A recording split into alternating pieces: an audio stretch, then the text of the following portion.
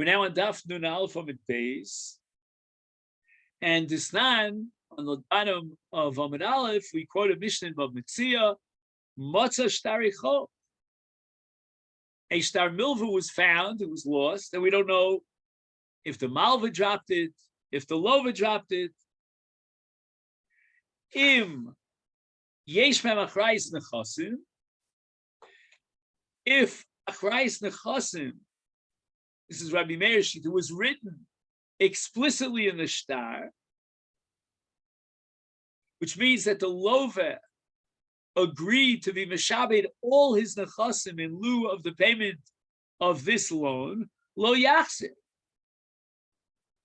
This shtar is a very dangerous weapon in the hands of the malva.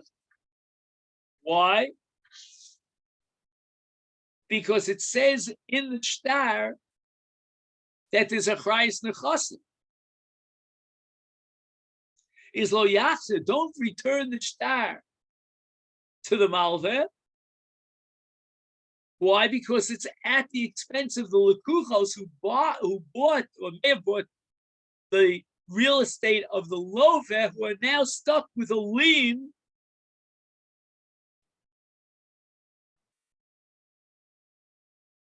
because it says in the shtar that he, or let's say I, the lova, accepted by myself a achrayis nechasim. Now it's possible that the lova actually paid up the shtar, and he's doing what's called kinunya together with the malva. Let's be on the same team here. I'm going to claim that I already paid you back the loan. No, I'm sorry. Even though you already paid me back the loan, I'm going to claim that you did not pay me back the loan. You'll go to the lekuchos because of the shiba nechasim. You'll collect those nechasim, and we'll split the profits. And that's why we have to be choshesh for kinunya. We cannot return the shtar to the malva, which will be a dangerous weapon in the hands of the malva against the lekuchos, because the shtar says yesh mem achrayis nechasim, but ein bohem achrayis nechasim. If there's no way that the malva could collect from the lekuchos, so we don't have to defend and protect the rights of the lekuchos, yachzir. Now we can return the shtar, if the law admits, to the hands of the malva. Shein bezdin ifroimian. We're not going to go and confiscate the property of lekuchos in lieu of this shtar, because ein bohem achrayis. There's no achrayis written in the shtar. And therefore there's no chashash in kinunya, because in the absence of achrayis in the shtar, there is no recourse on behalf of the malva to collect from the lekuchos. So we don't have to defend the position and protect the lekuchos to Rabbi Meir, because Rabbi Meir holds achrayis lav toso. The Chachamim omrim, which I guess includes Rabbi Yehuda, whether it says achrayis or it doesn't say achrayis, lo yachzir, we don't return the shtar to the malva. It's a dangerous weapon in his hands because we assume shibudim, and he'll go and collect for lekuchos. I didn't write down in the shtar that there's achrayis, shed bezdin ifroimian, even though there's no explicit mention of achrayis, because Chachamim hold achrayis tol sofer. So how could it be now that Reisha, but we said that the Messiah is written in stone in an absolute way, it doesn't tolerate any mechila, which is Rabbi Meir. And Seifa, where it says that all his nechasim are mishubadim, even though he didn't write achrayus, is that reflects the shita Rabbi Yehuda. V'chi tema kula Rabbi Meir v'shayni le Rabbi Meir ein ksuba l'shtare. Maybe Rabbi Meir holds that even though, as a general rule in shtaros b'alma, achrayus lav tos sofer, but in the case of ksuba, we have a different halacha. That's called Tanai Bezdin. Very logical possibility, but the Gemara rejects it. Umi shanile, does Rabbi Meir actually differentiate between ksuba and other shtaros? But Sanya, we learned in a brisa Chamisha govim minha mechoror, meaning from Bnei Chori, and not from Mishubadim.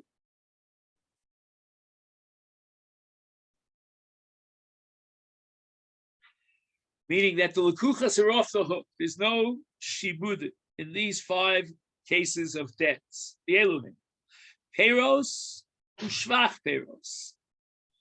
Right, the thief steals a field and he sells it. The buyer, unbeknown to him, is buying stolen property, and he goes ahead, he works in the field, he plants, and he harvests his crop as if it was his, thinking that it is his because he bought it and paid full price. Little did he realize that the mocher was a no good gazlan. And shevach means, as a result of all the work that this buyer put into the karka, he was mashbiach the karka went up in value.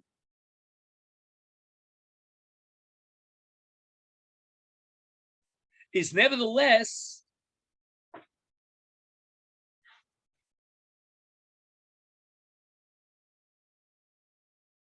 when the nigzal comes back and he gets back his karka, and now the karka is worth so much more because of the work of the lokeach, and it's got fruits that are growing on the trees. It's called sheva. He takes back his own karka. He does not have to pay the lokeach 1 extra cent for all the work and the shvach of the sada that he was responsible for.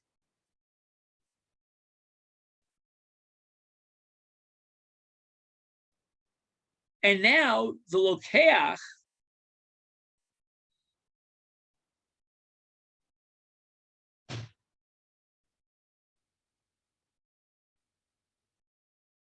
is going to sue the gazlan who sold him the field, but he can't sue him for the additional value of the fruits and any increment in the market value of the field that he can't collect.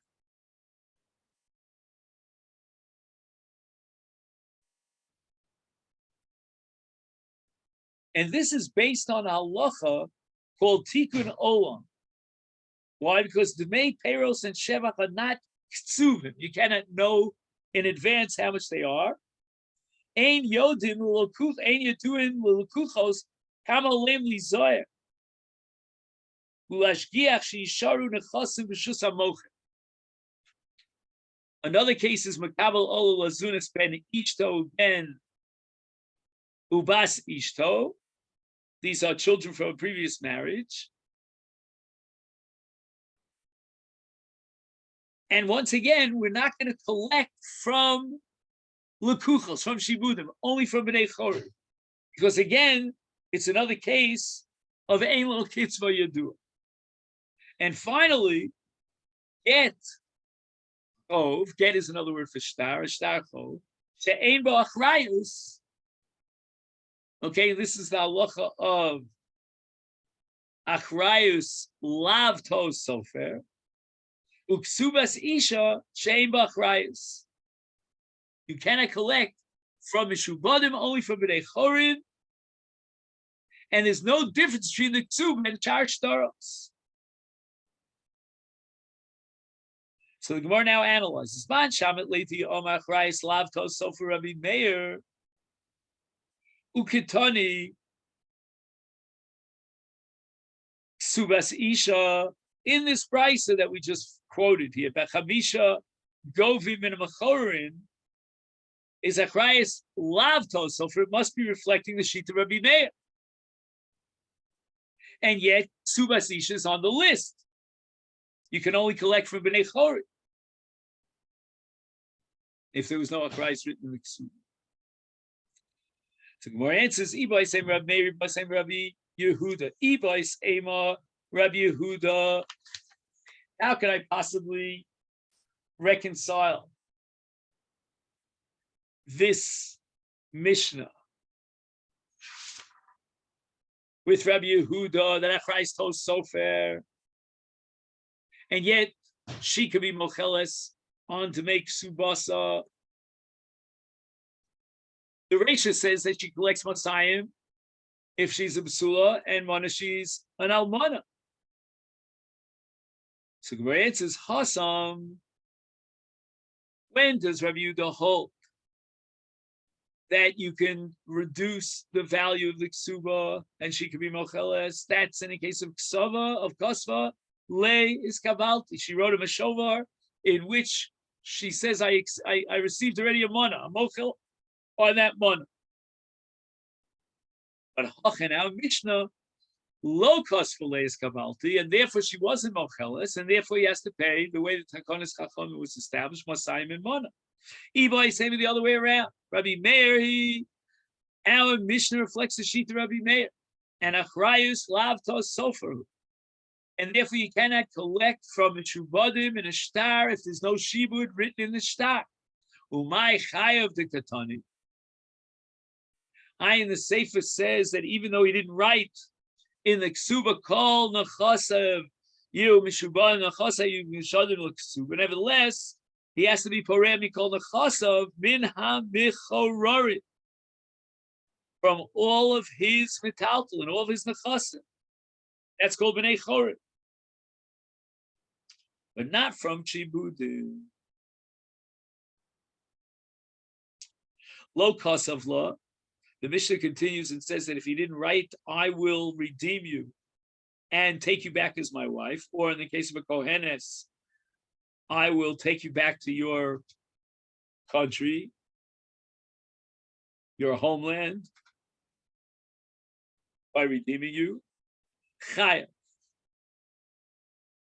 So it means that in a case of Shevi, if she's married to a Yisrael, a non-Kohen, then they can resume the marriage after he redeems her. But if she's married to a Kohen, then even if it was a rape situation, he cannot resume his relationship with her.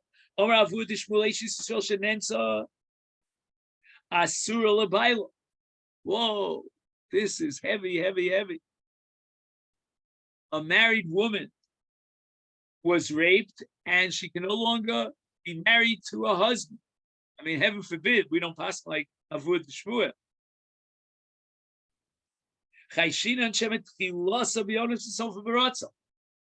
the beginning of the sexual activity, she was raped, forced. But somewhere in the middle, she started, participating, so to speak. And it becomes Be'ila, Beratzon, Umala Ba'mal, Echel L'Bal, Echel L'Boel, and she's Asura L'Baila. Eisvei Rav Lavud Shmuel. Rav raises the objection against Shmuel from our Mishnah. Our Mishnah says, "Im tishtaboya frakina fio sivnach lach lili into I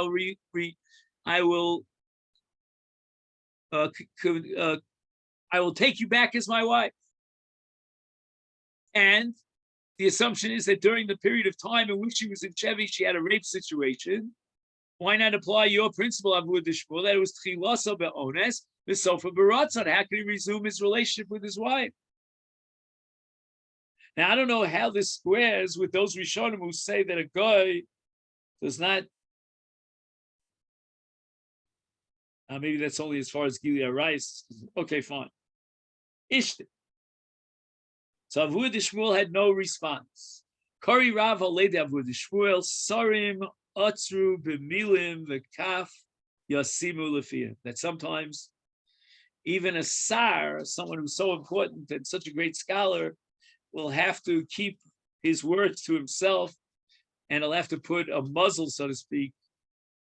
The kaf yad, he'll have to cover his mouth because Ma'isle Lemeimer, he really doesn't have an answer to this question.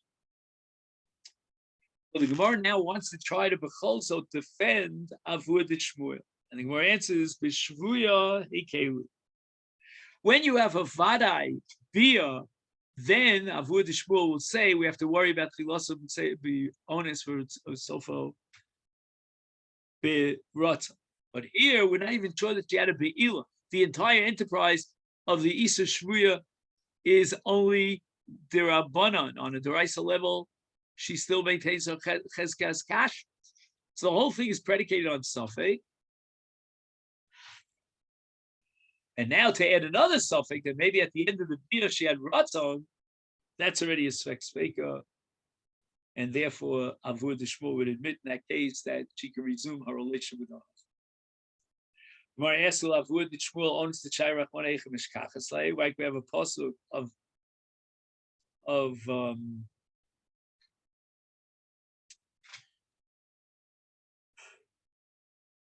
what's the pasuk? Sorry for a second.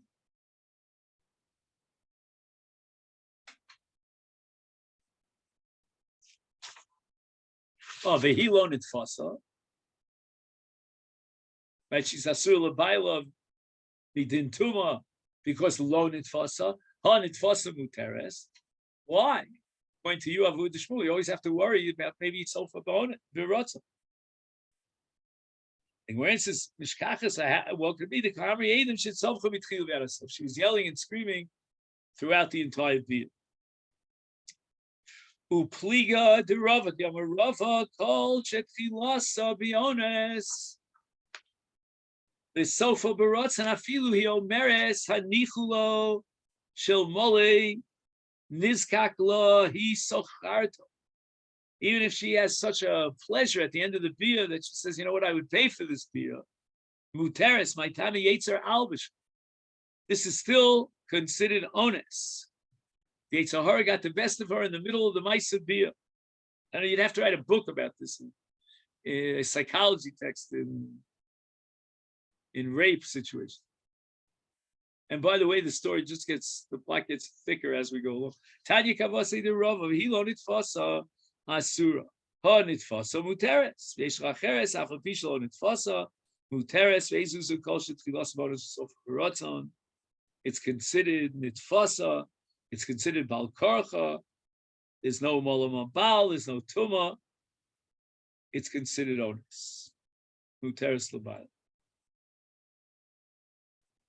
Tanya Idach, we have another brother, Bryce of Hilon Tfasa, the Parsha of Sota, Asura, Hanitfasa Muteres, Vieshra Cheres Afalpish and Itfasa, Asura, Vezuzu, Duashis Ko. In an Ashes Coin situation, we have a violation that generates the shame zone.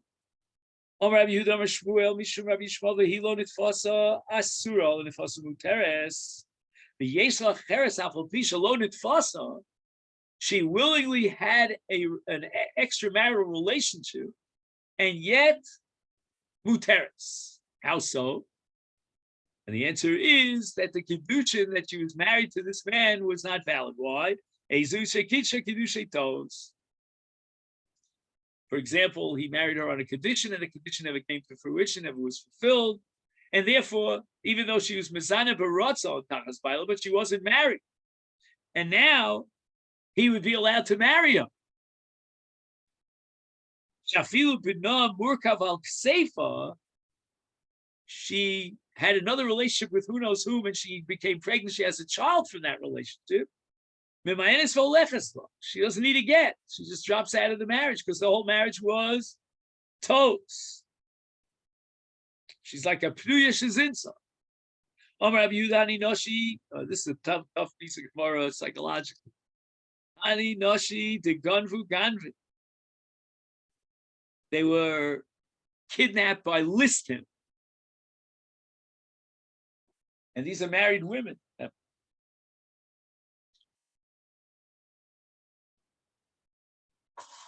This Gemara is hard for me to, a hard pill for me to swallow. Sharya leguvray. Okay, this is an onus case if the Ganovim raped her. But Amri Rabban Rabbi Yehuda v'kama mimation lehu now. I'm going to prove to you that these Jewish girls, married women, wanted to have a relationship with these Ganovim. It wasn't as kosher as we think it was, and it was all onus. Because they serve them. They start bringing them food.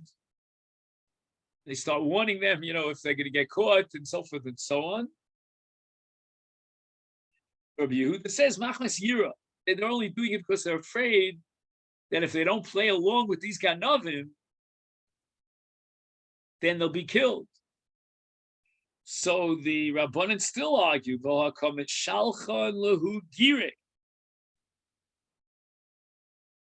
that when these Ganovim go out to battle against their enemies, these women serve them by bringing them their weapons. They're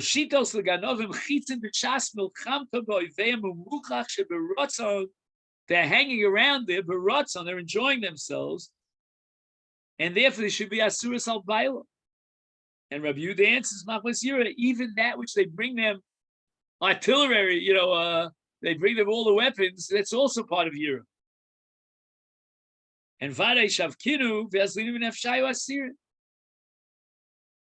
Gemara says that if the Ganovim say to them, go back home, and they themselves decide to chummy up with the Ganovim, they can no longer resume their marriage with their husbands. Then we assume it's Birot. Ton Rabbanon, Shvuye Malchus Harem Kishvuye, Kinuve Listus Enom Kishvuye.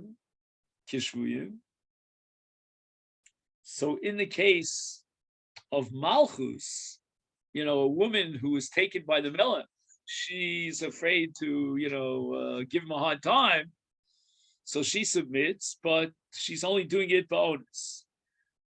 But if it was Listus, she was taken by these Gazlonim, these no good hoods, these thieves, these groups. Enom Kishvuye. We're going to assume that they're hanging around there and they're Ki'ilu interested in a relationship with these Ganovim, and it's Biratzon, and they're Asus L'Baleim. Vatanya Ibcha, we have a Bryce that says the opposite. So we're going to try to work out a steer between Malchus and Listim and Listim.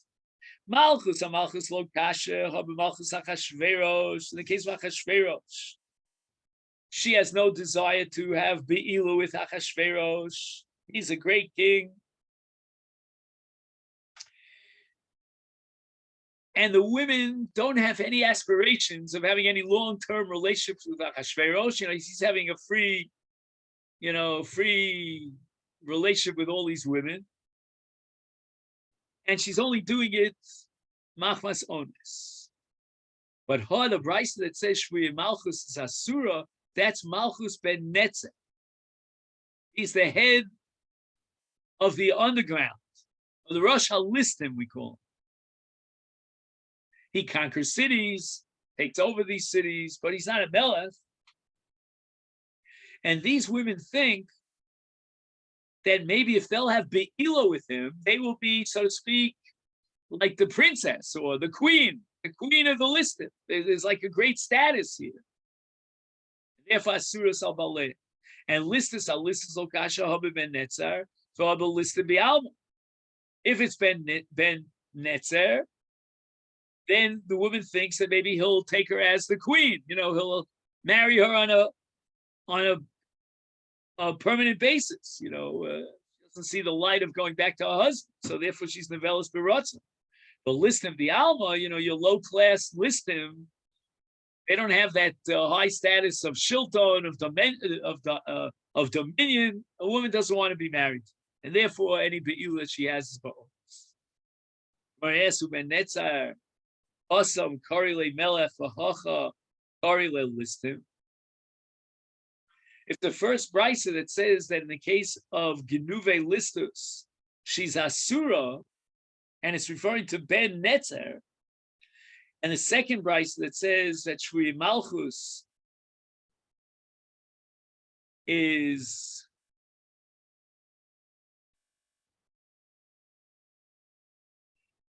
Asura because it's a Malchus of Ben Netzar, it's very strange. In one brisa, you call them Listim. In another brisa, you call them a Melech. In Lagabi Achashverosh, in relationship to someone as great as Achashverosh, this Molech Meholdu by Kush 127 is Listim. But Lagabi Listim the Alma, if you compare this Ben Netzer to the general, public gazlonim, then Melechu, he's the king of all the underground. And this leads us to the sugya of Abaye v'Rav. I think we ran out of time. And this next sugya, which begins here on the bottom of Nun Aleph Amud Beis, is a very, very profound sugya.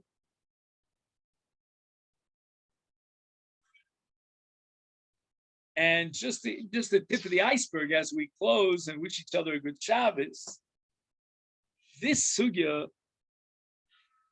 touches on the question of an illegitimate marriage. Does it generate a chiyuv ksuba? And if it does, then all the Tanai ksuba are active and he would have to be poda her, even though he had no right to marry her. And the Gemara is going to differentiate between the case of an Eishes Yisrael and the case of an Eishes Kohen, and even with an Eishes Kohen, to differentiate between a regular Eishes Kohen and an Eishes Kohen Gadol, if she's already an almana, she's been married previously. That's going to be the gigantic machlokas Abaye v'Rava as to whether or not he's chayiv in pidyon if she gets captured.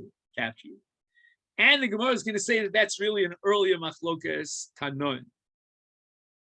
Okay, then, so let me take this opportunity to wish you a great Shabbos. And this Sunday, I'm not teaching in the morning in the OU Center. They shifted me to the night. And therefore, we can learn in Mitzvah Shem at 8:30 on Sunday. Let's shoot for 8:30 on Sunday. Is that all right? Okay, great. Have a Shabbat Shalom. Shabbat Shalom. And thanks for tolerating the change in time.